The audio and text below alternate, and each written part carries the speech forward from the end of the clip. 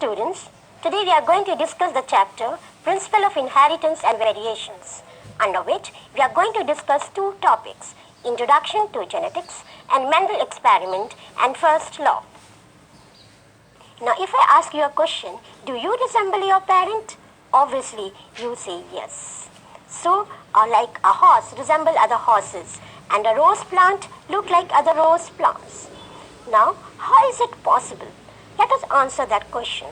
Now it's a very important fact that similarities and differences among the members are not coincidental. The answer came from the father of genetics, none other than Gregor Johann Mendel. Now let us study the brief sketch, the life history of Mendel before we go into the details of Mendel experiment.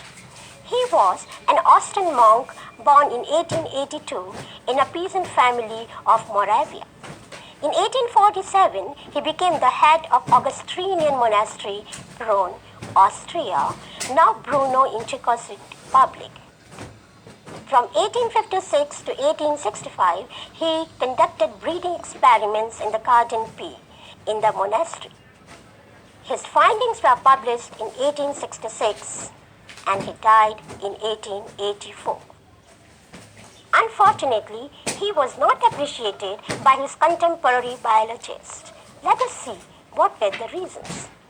Both were ahead of time. The journals were limited at that time for the circulation. He was not sure of his own findings. And then a very important thing that the mathematical approach was not acceptable by then biologists. The Darwin's theory of evolution was on prominence. So the rediscovery of Mendelism. The Mendelism was rediscovered by three biologists, namely Hugo de Vries of Netherlands, Karl Correns of Germany, and Ivan Chemark of Austria. Before we go into the details of Mendel experiment, let's have an insight into some important terms which are used in genetics. The first important term is the heredity. What is heredity? So, this is the transmission of character, similarities and differences, generation to generation. It's a very common proverb, like begets like. That is, the similar organisms give rise to similar type. What is genetics? It is the mechanism of inheritance and the causes of hereditary variations. So when we study genetics in terms of hereditary variations, and the term was coined by William Bateson in 1906. Now we often talk about traits. What are these traits? These are specific characters vary from one individual to another. For example, let us take an example of a plant, a tall plant and a short plant, or flower colors. Maybe it's the red color or it's the white color. So different characters that we study in the genetics are called traits. Now, what are genes? The genes are the portion of DNA that determines characters. And the term was coined by Johansen. He was a Danish botanist in 1909. Another very important term we often use in the genetics is hybrid. Now, as you see in the diagram, that there is a cross between one and the other plant, a yellow crossed with a red, and the hybrid is produced. In one of the plant, the yellow with a long character and the red with a small character. And the hybrid that you can see is somewhat in between the two parents. So that is called a hybrid. Another very important term is the pure breed, which gave Mendel all the success. What are these pure breeds? These are the plants that produce same trait for many generations. For example, when we study the Mendel's experiment, you will see a pure tall plant and a pure dwarf plant, as you can see in the figure.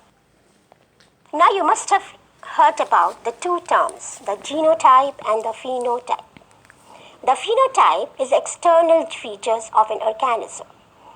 That means if an organism is there, whether it's a tall, whether it's a dwarf, that you can see, that is called the phenotype. And the genotype is the genetic constitution of an organism. Now, this genotype can be homozygous. That means both the alleles of the genes are of the same type. As you can see in the diagram, the purple color flower can be denoted by capital P and capital P, or a white color flower can be denoted by small p and small p. On the other hand, in the heterozygous condition, the alleles are of two different types. It is denoted by the capital P and small p. Now, let us study the Mendel experiment. Now, the very first question that arises in our mind, that why Mendel succeeded. Now, let us see what are some reasons behind that. The first very important reason is he chose garden peas, which has 7 pairs of contrasting characters. Second point, which is very important, and that it has a short life cycle. The results obtained within a year, and he worked on the pure breeding traits. Third important point is easy to perform crosses in the garden peas. Why? Can you guess? Yes, it is self-pollinated plant. And very important thing is that many seeds are produced in one generation.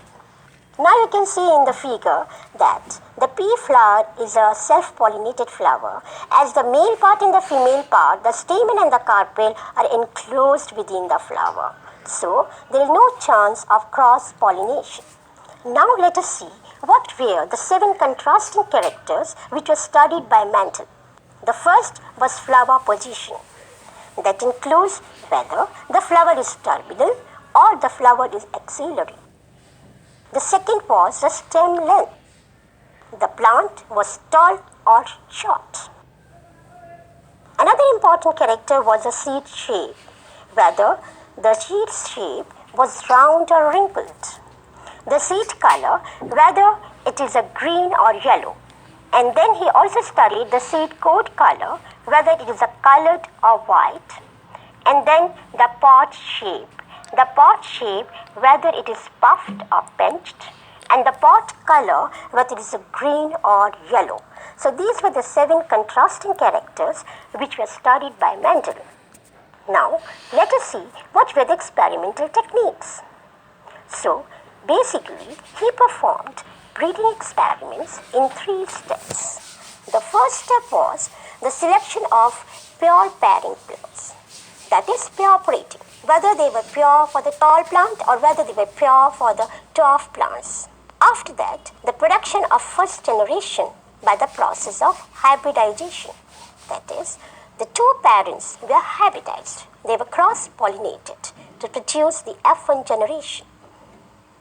The third step was raising the second generation, which is called F2 generations, and that is by self-pollination.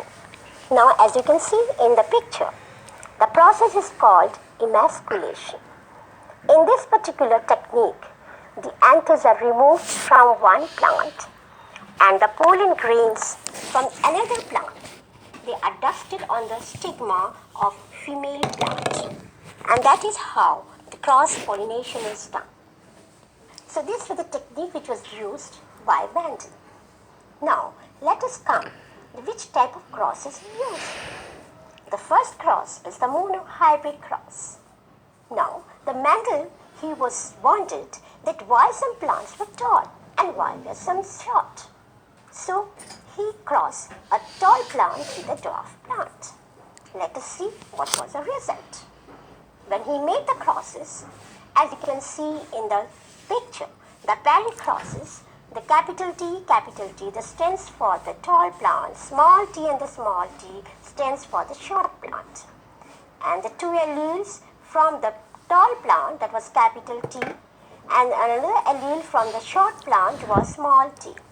In the first generation, he obtained all tall plants with the genotype capital T and small t. So phenotypically, all the plants were tall.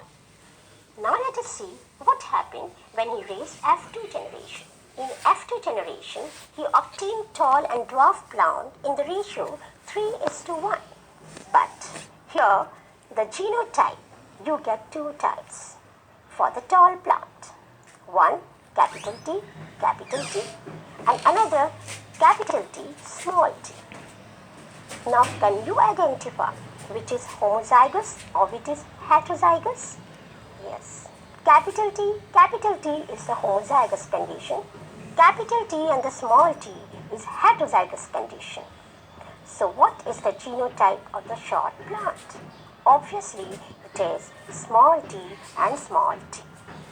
So the ratio he obtained after F2 generation by self-pollination, that is 3:1. 3 is tall and 1 is dwarf. This ratio is called monohybrid ratio. Now you must have a question in your mind that what is after all a monohybrid? Why it is called a monohybrid cross? Mono means one, that means the cross between two plants which are differing in one character.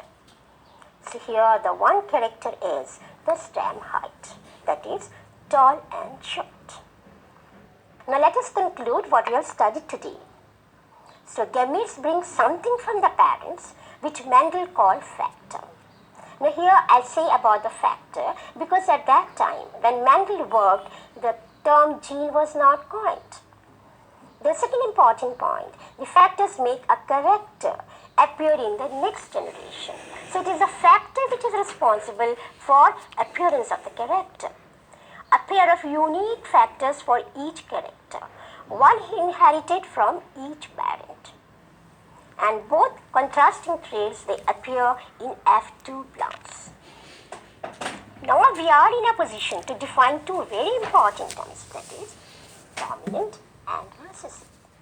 So one character which did not appear in F1 generation called recessive, and the character which appeared in F1 and F2 is the dominant. So in the previous experiment that Mendel studied, can you tell which one is dominant and which one is recessive? Yes, it is the tall which appeared in the F1 generation. So it is a dominant character. And short, it appears only in the F2 generation. So it is the recessive character. So now we are in a position to state the first law of dominance. That is, that one factor in a pair may express itself and prevent expression of the other. Now let's have a look into the summary. Characters are transmitted from parent to offspring. Second, the Mendel worked on garden peas and considered genes as factors. He performed hybridization experiments. He established law of dominance. Now, a session for you.